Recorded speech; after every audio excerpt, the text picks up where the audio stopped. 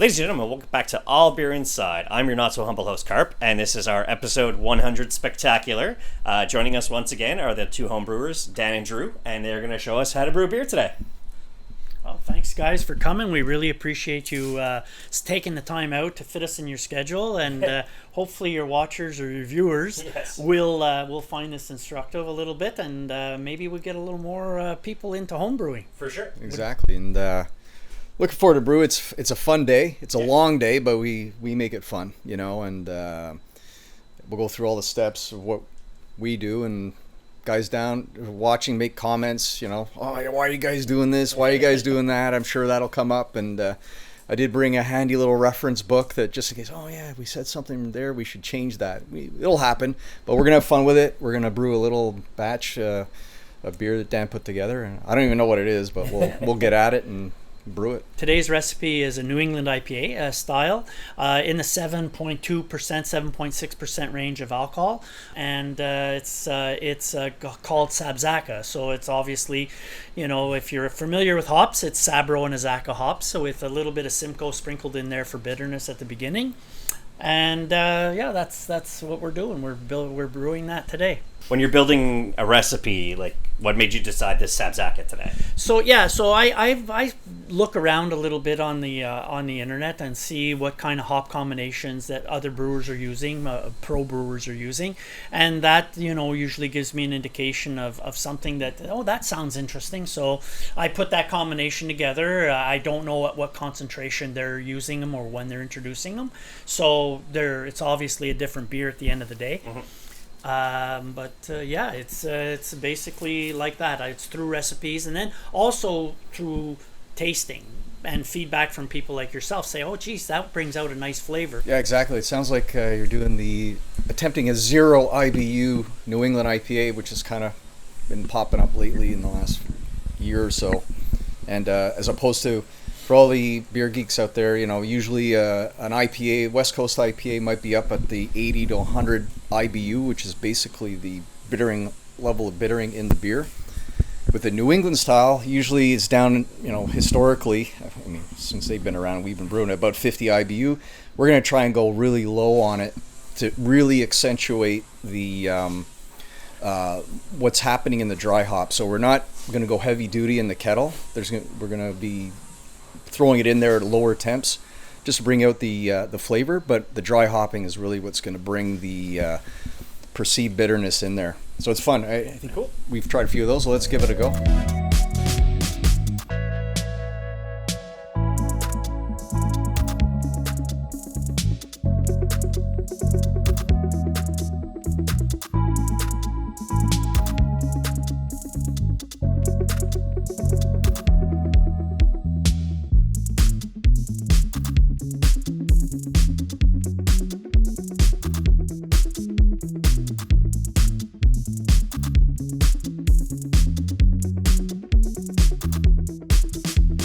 Now you're using this Aki Chef. Is that something common that most brewers use? Or no, this is what we had.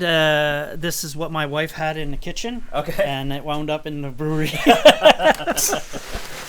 When you're doing the malts, I know when you're in the kitchen, you're constantly cleaning your hands, cleaning things to avoid cross-contamination. You don't really have to worry about that. I'm not worried about contamination at this point. Okay.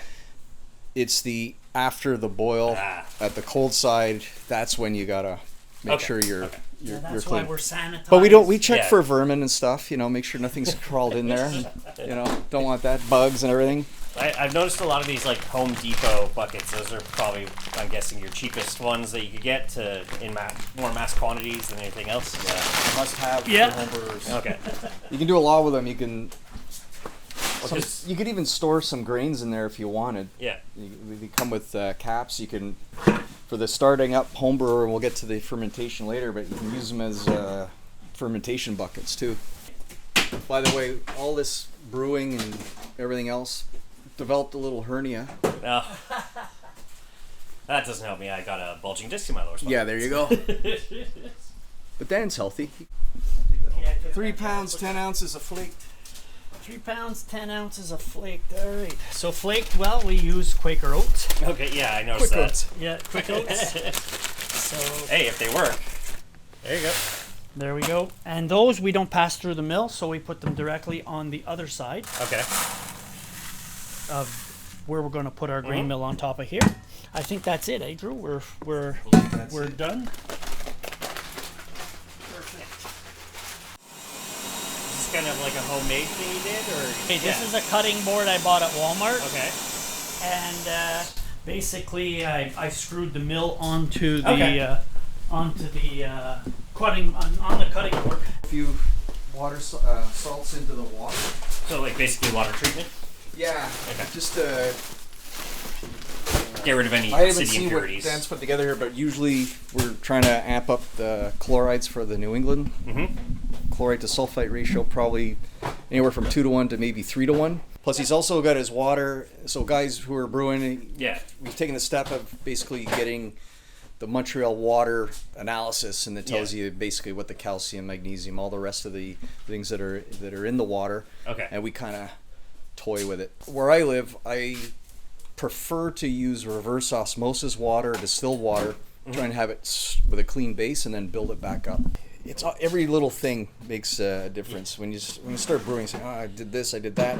What should I do this time? And one time I remember throwing in way too much of Epsom salts, I think it was. So I had a ton of magnesium in there. Yeah. And then after a while, you realize, oh man, it tastes like, gets kind of medicinal or something. I don't know. It was just you could tell it was a little too much. The sulfates are too high and it's too puckery. You don't want it like that. Anyway, stuff you muck around with.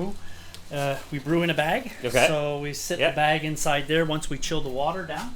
So I just hang it here. I've played around with mash temp, or try to, and to see, okay, do I go, I was usually sort of the sweet spot, if you want to call it, for most beers, and is about 152 Fahrenheit, which I'm not sure what that is in Celsius. You'll have to post that up on the.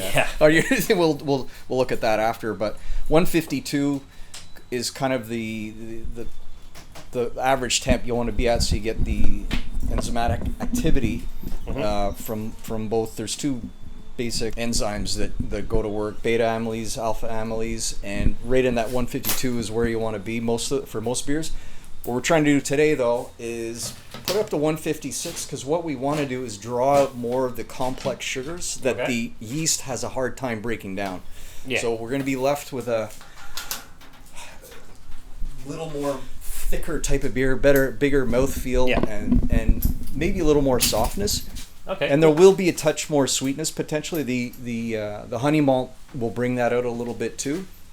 So it's going to be interesting. I can't wait to try. Oh man. We're coming back later to do a tasting on this in 3 weeks or so. So I'm looking for that. Yeah, we'll definitely do that. But in 3 weeks, we got to come back and finish up this one. He built it. He's his contraption. Yeah. Well, Dan, as you may know by now, he's the. I like to mutter around. He loves to. He's got ball valves and this and that, and he knows how to build stuff, drilling holes into kegs and things like that. So we're ready to recirculate during our mash step. So here, I'll just toss that down there, and I guess we can start mashing it now. And the reason I put an inline thermostat here is just to give me another point of reference of what the temperature of the liquid coming through the pipe is versus what it is on the outer edge of the pot, right? See here, it's 150. It's about the same temperature all the way around. And the pump really helps maintain the temp. So if you're mashing a little low, it's not that bad of an issue, because you can put the burner on, which is not in contact with the bag because there's a false bottom there. Yeah. And also, with the recirculation, won't get major hot spots that'll might kill off the enzymes that we want working to extract the sugars. So even if we're a little on the low end, you still have time to amp it up a little bit. So 162, and with the element in there, it'll continue to drift up to where we need it at 163. And we can mash in. And I use a whisk that I bought at Aries because it's nice size and it really gets rid of the dough balls. I used to use the mash paddle that was up there. That's up there. But this I find works much better. Well, I mean, from the sound of your journey, you've just been discovering different things. You've been coming up with newer ways to do things. Exactly. It's very innovative at the same time. It's an exact science. It's kind of weird how it's, you know, both sides of the pendulum in a sense. Exactly. So with two people, you can kind of add things in. When I'm alone, I basically have to do both. dump the whole thing That's in. why this is here, so that it clears the top. Yeah. And then I can hook the bucket onto here, and then, you know, just stir with one arm, and I just dump it all in because we're not dealing with brew in the bag like I mentioned. It's a thinner mash anyway, so you can actually dump it all in and get any dough balls out of it. Okay. It's not as difficult. With a thicker mash, it might be harder. You want to kind of feeding it in, feed the water, maybe let it in, gradually bring the water in it, and add your grains. But this thing, if we're in a bag, homebrewers go. This is the way to go for us. Yeah. We think anyway. there. And then what I do at the end, when I get the thing in place, I just try and place the pipe on the top so that it makes a nice flow like this on the top, and then it doesn't make a hole through the grain bed, and just wash one side of the hops. And as you can see, we wound up at 156 right on. Right on the nose. With having the temperature of the water preheated to the level of the grain.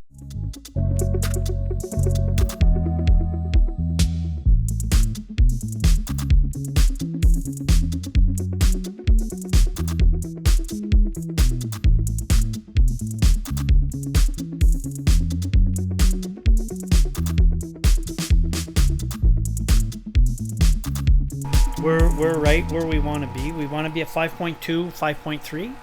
Drew, you would agree with that? We're actually... Yeah, as long as you're not over 5.6. Good. We don't need to add any lactic acid. We've got Sabzacca and Simcoe.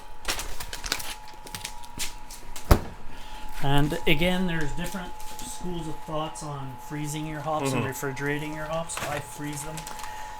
It works so far, works so good. So I just continue freezing them because, you know, through COVID they're hard to get sometimes, and when you get your hands on some, or you order a shipment, you order a bigger quantity.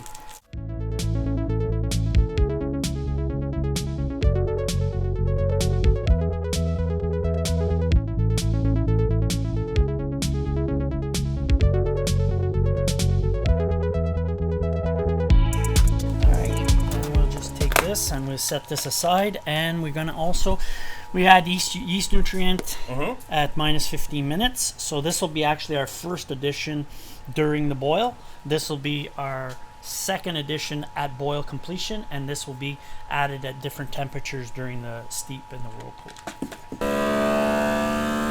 Sounds like an engine taking off. Yeah, exactly. And this is the starter that I made. It's a yeast starter to propagate the yeast to the right amount of cells that we'll need for fermentation of our beer. So right now it's just going slowly, and we'll pitch that into the beer later on. These are Canadian hops here. Cascade. This comes from Delson. He sells these are Canadian Quebec hops. So this is Cascade. So yeah, we get them from we do buy homegrown hops. We had an experiment with that once before that didn't turn out so well. Remember the Pearl we bought? Yeah. It was a little muddy tasting, eh? Yeah. But I mean, We won't say where. No. no problem. Don't want to throw anybody under the bus. So off to the. So yeah, we can go downstairs, and I can show you the transfer tube that we'll use at the end of our brew day, and where we're going to send our fermenter. We're going to send our wort to be fermented downstairs. So what I do is I connect this pipe. Instead of carrying the wort down the stairs, I connect this pipe to my pot through natural gravity. Yeah. It sucks it downstairs and puts it into the fermenter for me. And basically, it's a lot easier than having to carry it down the stairs. Yeah. So I got the hose down here that we brought the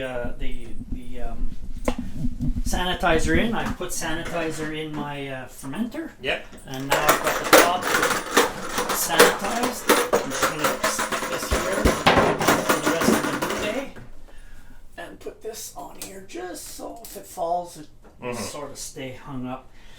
And this is sanitizer in here as well, so sanitizing the end of the hose, and also the wand that we will use to oxygenate the wort after we pitch the yeast to make sure the yeast has enough oxygen to do its job. And I put this through its paces last week, last brew, and it worked fine. The only problem I had was I had a bit of hop accumulation in between the nipple, and so I took that off. I made a couple modifications. Okay. I had a little leak here, very, very, very slow leak when it was under pressure. So I sealed that with a different type of Teflon tape, and hopefully this time it works perfectly. So gentlemen, we've reached the end of our mash. 60 minutes is done. And now what we're going to do is we're going to measure the specific gravity of our wort to see if it's where it should be at for the prediction that our software gave us. So I always pre-chill or freeze because I want to get it down to room temperature as quick as possible so I can move along in my brew process. And the only way I can do that is freezing this, and then I take a sample, throw that on the ground, make sure that I get a good clean sample of the wort, and we'll see where we're at. This is a refractometer, and it measures the amount of sugar that you've manufactured through this refractometer pro thing. I'm not that advanced on on what it is, but here, let's see how you want it room temperature. It's still a little warm. And then when we pull our bag, get that out of there. There we go. And then, excuse me. This is our bag lifting mechanism. Can't say don't try this at home. I'm trying it at home. Yeah. It's garage. I mean, Technically. There we go. And then we'll line her up, and we'll just wait until, let's see what our gravity is, and after that, yeah, I think we're good. Jump a little out. Put a sample on the glass. Okay. And close the lid, and then look at it in the light. And we are at 1058. If you want to check, Drew, and then see, and then we'll pass it around. See if I'm. So we're a little short of our objective. Our objective was 1061. Okay. So we're 3 points under. But by lifting the bag, we're going to extract more sugar. Yeah. And we've all ripped bags on the temperature probes that are inside. So nothing worse than that. yeah, and so what we do. We pull a tension on it and then move it from side to side so that it doesn't. Temperature probes are down here. Very important. Don't rip your bag on the temperature probe. Exactly. Been there, done that. All right. So now we're just gonna let that drain, and in the meantime, we're gonna prepare for the boil. We turn the power on, and we're just gonna let the wort drain. As soon as it drains, we'll pull more. Drains a bit, and then we'll pull more. As you can see, it's quite concentrated now. And we're at 8.5 gallons. So we should be, what's this telling us? We should have 11.7 gallons, which I don't think we're going to get. We're probably going to have 10.5 once this is finished dripping. For guys starting out, what I used to do, it wouldn't be doing an 8-gallon batch, but on a 3-gallon batch, or sorry, 5-gallon, say 3-gallon batch. You pull a bag out. You put a grate, like I bought a small little barbecue grill. You just have it sit on there as it drains. You don't have the pulley and all that kind of thing. You're at a point right now that if, let's say you change your mind and you want an 8% beer. There's ways to do that right now, but you divert from your recipe. So you could add any kind of corn syrup, corn sugar, a DME. Yeah.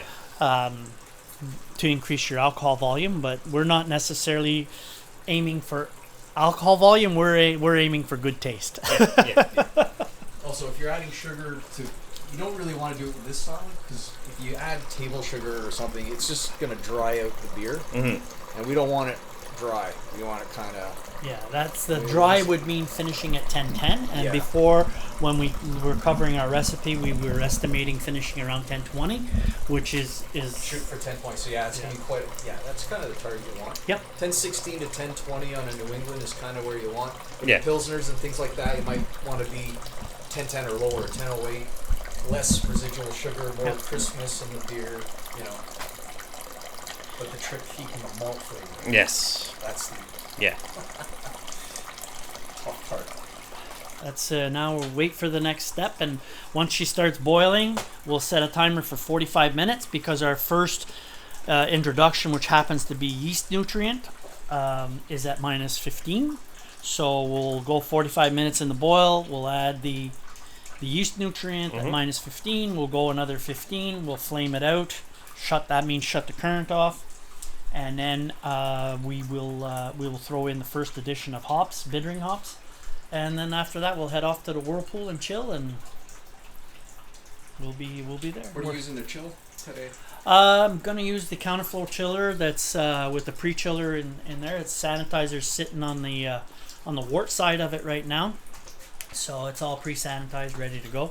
Dan's handiwork. Yeah, it's basically a cooler. It's basically a cooler with a counterflow chiller mounted inside and a pre-chiller in front of it. So the tap water goes in here, circulates through this, and I fill this with water and ice packs, and then it comes out of here, goes into the counterflow chiller, and then the wort goes in the counterflow chiller on the other side of it, and then what happens is the wort goes one way and the water goes the other, and it cools the wort quite efficiently. In the winter now, it's better. In the summer, Drew and I are trying to come up with a way to waste less water, because in the summer the ambient temperature of the tap water is sometimes 60, 62 degrees. So it takes a lot of time to get those final few degrees to pitch temperature before you can pitch your yeast. So we're coming up with different things, but the best thing would be having a coil in a block of ice. Yeah, run it through that. We don't have a freezer big enough to fit it in. The other thing too, more for guys starting out, is if you don't want to, it's a size of your system. If you just want to brew something on a stovetop, a 5-gallon pot. You can even use extracts. There's some good extract quality now than there used to be. You can still make a good beer with extract, with some steeping grains and things like that. You don't have to, And worry about all the you buy these bags. This Yeah. one comes from Bootlegger from Anik. These are fit into your normal kitchen spaghetti pot. Yeah. 5-gallon pot, and it does the exact same thing as what we're doing there. Yeah. Yeah, you're just sizing down. Just sizing down, and this is another way that you can start and brew your own.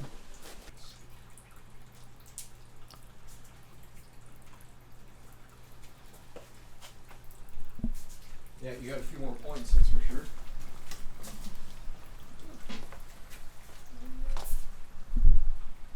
$10.60. Yeah, so 1050, 1060. Oh, there we go. That's about where it's gonna go. That's a nice boil there. We could set 45 minutes. 45. Yep. Because we'll put our and we'll let the bag drain. Yeah, it's still going. We'll let it go. All right. So right now we're at the minus 15-minute range, and we are adding our yeast nutrient so that our yeast has some yummy things to munch on to make us some nice alcohol. Yay. Yay. And now what we're going to do is we're going to hook up our fermenter, our chiller. Sanitizer won't hurt it, but too much is not good. Or should you get some sort of ethanol taste on it if there's too much, or? Well, it's acidic, right? Okay. So yeah, it would definitely affect the pH for sure.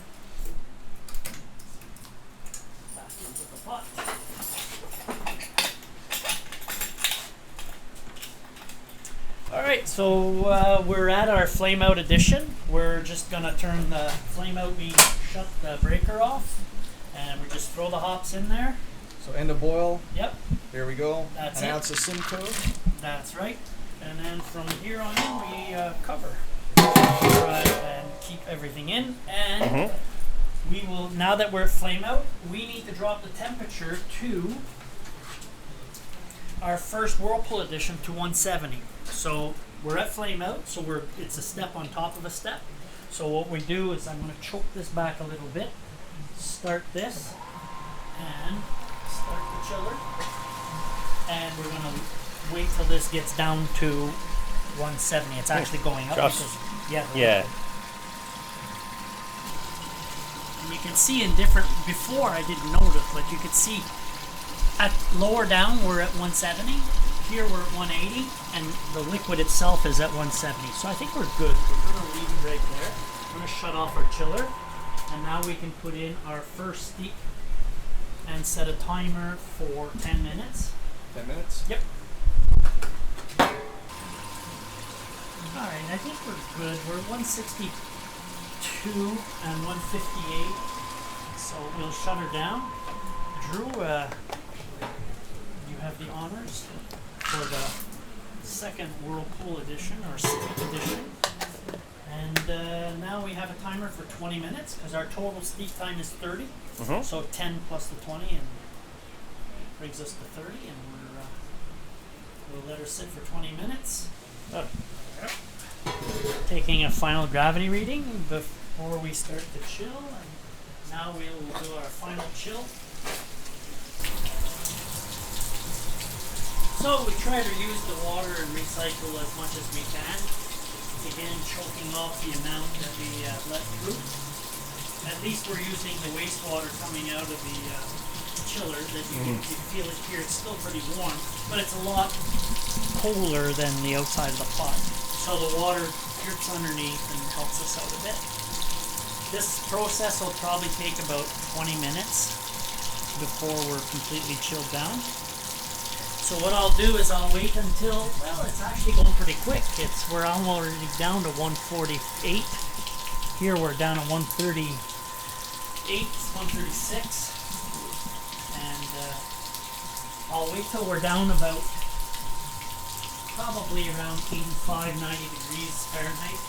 And then I'll put the ice packs to give me that final push to get me into the 72 degree temperature range. To have these buckets that freeze. Oh yeah. That freeze. Let's check this out.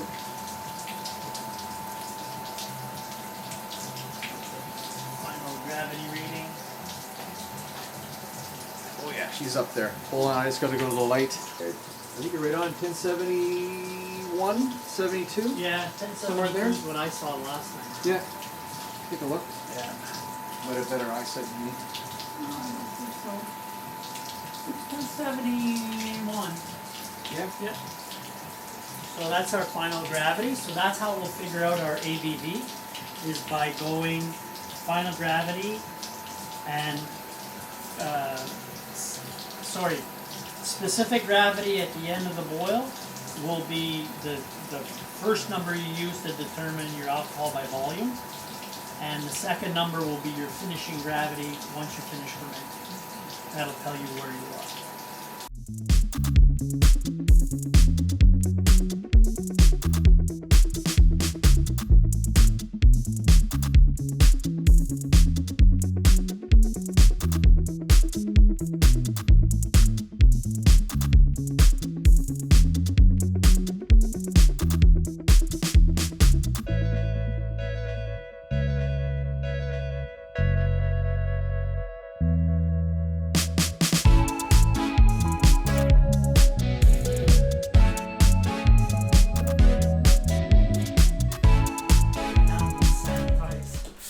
This and connect our hose to transfer downstairs.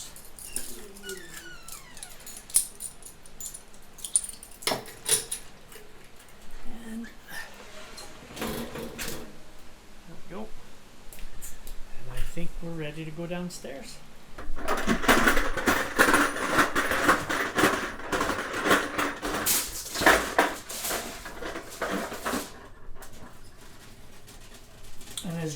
say, don't fear the foam. And then we got our fermenter up in the air, ready to go. We can cover. Get it nice and straight. Get ourselves ready to. What's the purpose of the keeping the aluminum up there? It just keeps any kind of, like, the ceiling's not closed up here. Okay. So you want to try and just keep as much as you can of the possible outer bugs getting in. And they're like right now. So I used to slide the thing down the side, and right now I don't do that anymore because I found that it oxygenates the wort while you're dumping it in. So you don't have to worry about as much about putting oxygen in your wort after. You still got to do it, but you're sort of killing two birds with one stone. Yeah, this is basically the only time you want to add oxygen to your beer just before you pitch the yeast. So the yeast has yeast needs oxygen to remain do its magic. Yeah, exactly. So and then this will be the last time when we pitch the yeast and put the oxygen in. This will be the last time this beer will see oxygen until it's in your glass. That's it. So it's not like a carboy. You have to transfer. Yeah. You can't transfer. You can't transfer closed. You can. There are ways of doing a closed transfer, but they're about What do you think? Price for the cost to be able to do that transfer beer by preventing oxygen coming in there. Those all rounders, $75 for the small one, all in. This one right here. And this one right here. Oh yeah, the little guy there. So it's the cheapest way we know of. Like you said, there's some guys that try with they might use a carboy and hook it all up, but the pressure transfer to transfer, do close transfers, keep all your aroma, especially in these beers, in there. It's a pretty good setup. Things have come a long way in homebrewing, I'm telling you.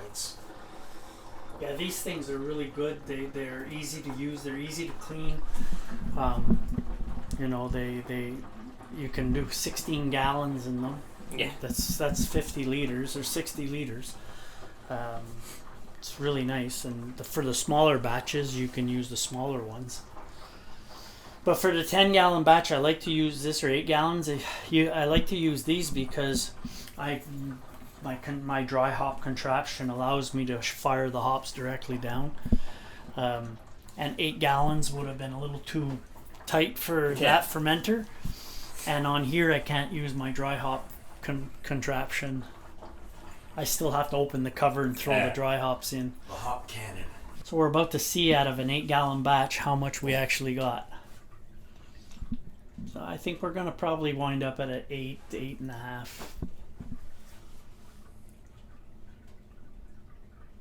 This is a lot easier than carrying it down, don't you feel? Yeah. Well, the next step will be to clean our hose. So because I'm by myself, I have to arrange it so that the hose doesn't go flying everywhere when I turn the water on upstairs.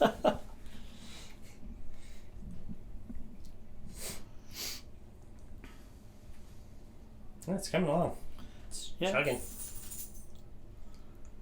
It's chugging along. Already at 7. Yeah. So that's why now you see what all these bungee cords are for. There's one for each fermenter, so depending upon where I'm going into. Dollarama does wonders. Yeah, exactly.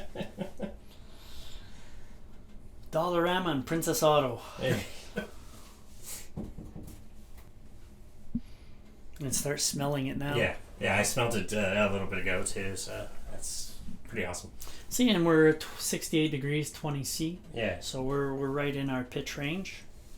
I mean, these things are quasi accurate. I mean, they're not, but I mean, I know it's not 74 in there. Yeah.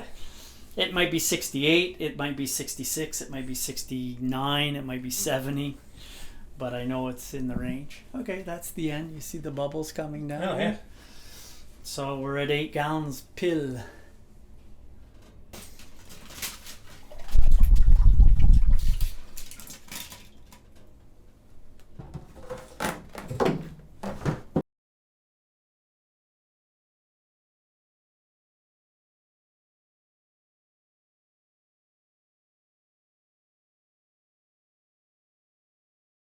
Pour the yeast in. So it's going to eat all the sweet sugars and produce wonderful alcohol. Yes, sir. Alcohol, CO2. Yep. It's back on for you. That's good.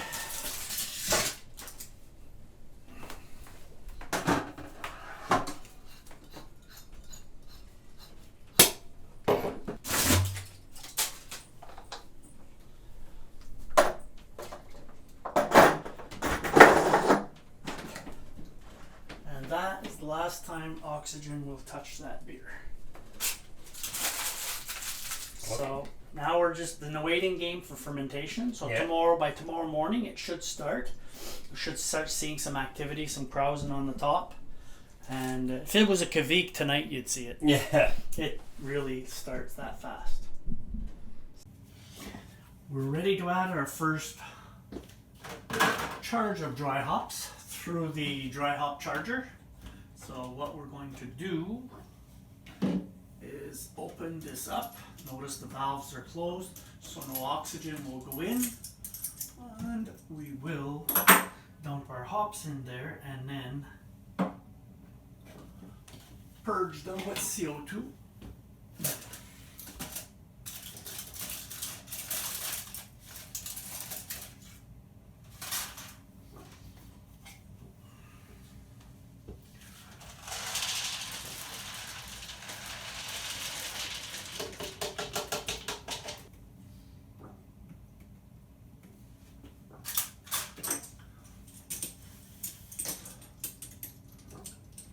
Today is day 3 for those that are wondering, and it's our first dry hop charge as mentioned before, and we will attempt to do a 0 oxygen charge. There we go. Turn on the CO2. Now we're purging the hops with CO2.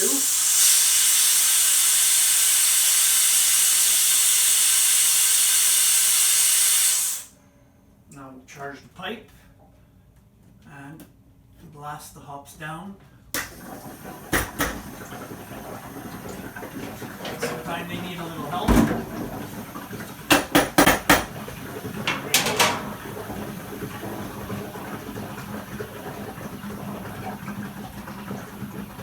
Hops added and purged, off until the next hop add, which will be in another 2 days. See you then. All right, Drew, Dan, thanks for showing us how to brew today. Really looking forward to it. And I mean, obviously, don't promote your house or anything, but you don't have any online presence for people to check out your beers? So. No, well, I do. There's Dan's Homebrew Goodness, but I don't think that it's... I don't update it. I don't go check it. It's on Untappd, I believe. Yeah. You're there somewhere. Yeah, I'm buried in there somewhere. Yeah. All right, so check out Dan's Homebrew Goodness. As for us, it's allbeerinside.com is the website. At allbeerinside on all social media. And as I've said at the end of all episodes, drink craft, not crap. All right, gentlemen. Cheers. Cheers. Cheers. Toast. Toast. Toast. Hey, folks. So 100 episodes strong. Here's to 100 more. Thank you all for your support by just liking, subscribing, commenting on all the videos. Hopefully we can get the website up and running again. 100 episodes, like I said, 100, 200, 300 more. Let's just keep drinking craft and stop drinking crap.